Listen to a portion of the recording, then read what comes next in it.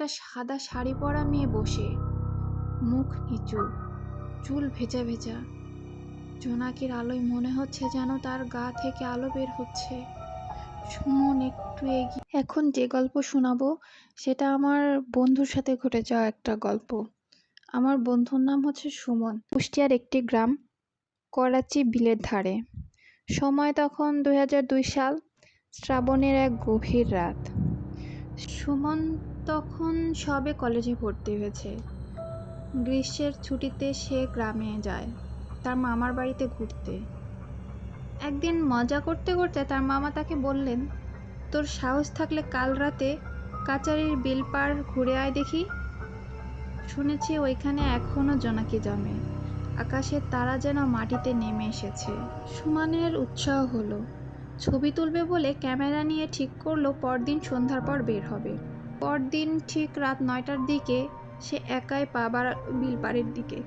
গায়ের রাস্তা তখন প্রায় ফাঁকা, শুধু জোনাকির আলোয় রাস্তা জল করছে। দূরে কুকুর ডাকার শব্দ, হালকা বাতাস বইছে।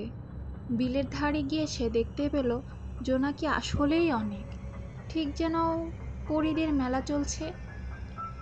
হঠাৎ একটা নারী কণ্ঠে গান শোনা গেল, খুব ধীরে, ধুয়ে মেছো গলায়। সুমন থেমে গেল। আশেপাশে কেউ নেই, অন্ধকারের মধ্যে থেকে আসছে সেই গলা।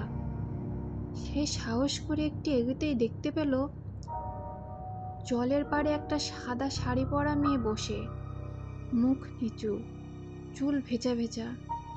জোনাকির আলোয় মনে হচ্ছে যেন তার গা থেকে আলো বের হচ্ছে।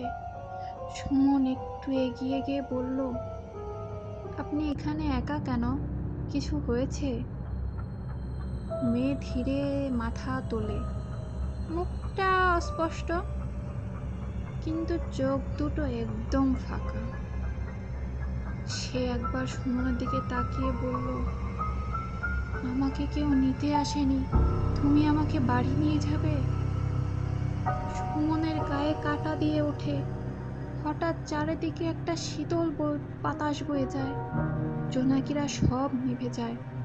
সুমন পেছনে ঘুরে দৌড় দিল, পায়ের নিচে কাদা, তবুও সে পিছনে তাকায় না। পরের দিন সকালবেলা লোকজন খোঁজ করে দেখে সুমন অজ্ঞান অবস্থায় বিলের ধারে পড়ে আছে।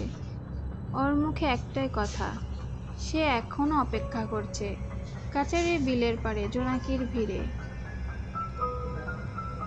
স্থানীয়দের বিশ্বাস, লোকজন বলে বছর 20 আগে এক নতুন বউ হারিয়ে গেছিল বর্ষার রাতে। বলে সে ছিল খুব সৌন্দর্যবতী, কিন্তু তার বর বন্যায় মারা যায়। সেই থেকে প্রতি বছর শ্রাবণের রাতে বরের অপেক্ষায় সে ফিরে আসে জোনাকির আলোয়।